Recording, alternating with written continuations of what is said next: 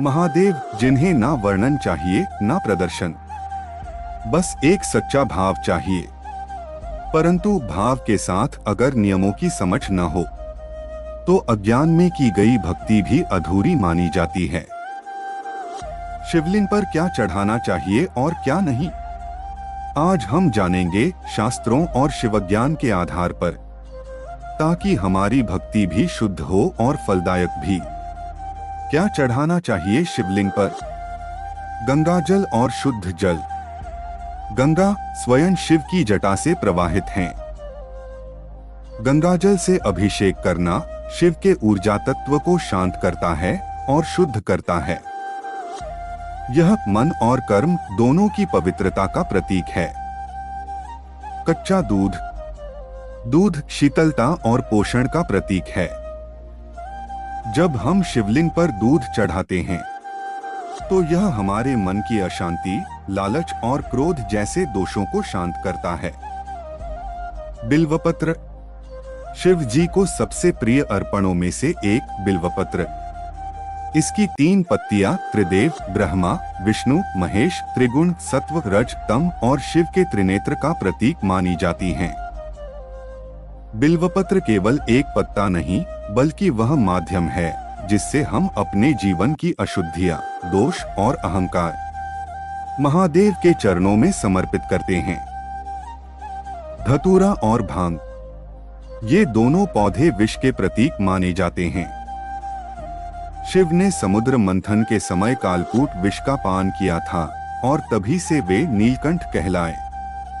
जब हम शिवलिंग पर धतूरा और भांग अर्पित करते हैं तो यह केवल परंपरा नहीं, एक गहन प्रार्थना होती है कि जैसे शिव ने विष को अपने भीतर समाहित कर संसार की रक्षा की, वैसे ही वे हमारे भीतर के विष जैसे क्रोध, ईर्ष्या, वासना और मोह को हर लें। सफेद फूल, आंख, कुश, कनेल आदि। शिव को सफेदी प्रिय है। वह निर्मलता, निष्कामता और शांति का प्रतीक है। जब हम ऐसे फूल अर्पित करते हैं तो यह हमारे मन की शुद्धता और शांत भाव का संकेत होता है।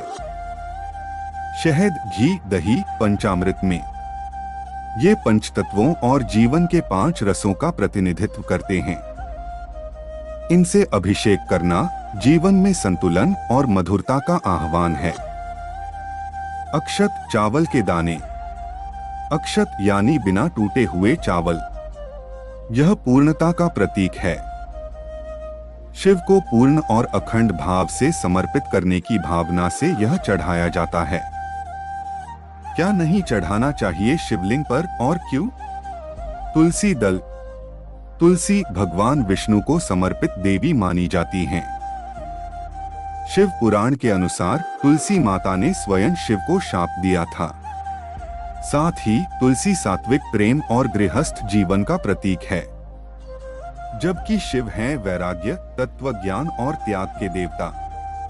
इसलिए तुलसी का अर्पण शिवलिंग पर वर्जित माना गया है, क्योंकि ये ऊर्जाएं एक दूसरे से विपरीत मानी जाती हैं।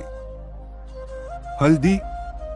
हल्दी विवाह और सौभाग्य का प्रतीक है। शिव हैं वीतरागी, औघड़ और त्याग के स्वरूप। हल्दी चढ़ाना उनके स्वरूप के विपरीत माना जाता है। यह विशेषतः पार्वती या विष्णु पूजन में उचित होता है। केतकी पुष्प।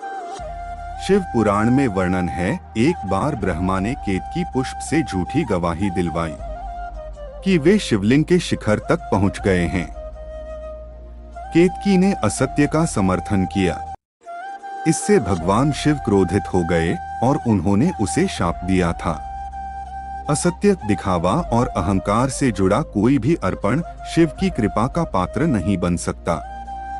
इसलिए आज भी केतकी पुष्प शिवलिंग पर चढ़ाना वर्जित है। कुमकुम और सिंदूर। यह स्त्री सौभाग्य का प्रतीक है। शिव वैराग्य और समाधि के देवता हैं। इसलिए कुमकुम या सिंदूर शिवलिंग पर नहीं चढ़ाया जाता। नारियल फोड़ना शिवलिंग पर। नारियल को शिवलिंग पर नहीं फोड़ा जाना चाहिए। ऐसा करने से शिवलिंग को नुकसान पहुंच सकता है। नारियल केवल मंदिर में फोड़ा जाता है, लेकिन शिवलिंग पर नहीं। सेंधा नमक या नमकयुक्त जल। नमक तामसिक तत्व है। शिवलिंग पर जल, दूध जैसे शुद्ध और बहने वाले पदार्थों से अभिषेक किया जाता है ताकि उसकी पवित्रता बनी रहे। नमक इसमें बाधा देता है। बासी या टूटा हुआ फूलपत्र। शिव भक्ति में पवित्रता मूल है। बासी, गिरे हुए या मुरझाए फूल अर्पित करना भाव की शुद्धता का अपमान है। अंतिम भाव, शिव भक्ति का सार। महादेव भावना देखते हैं, पर नियमों का पालन करना भावना की शुद्धता को सिद्ध करता है। हर अर्पण सिर्फ वस्तु नहीं, एक संदेश होता है। एक प्रार्थना होती है कि हे भोलेनाथ, हमारे दोषों को अपने भीतर समेट लो और हमें वही शुद्धता दो जो तुम्हारे शिवलिंग की तरह अडोल और शाश्वत हो। ओम नमः शिवाय।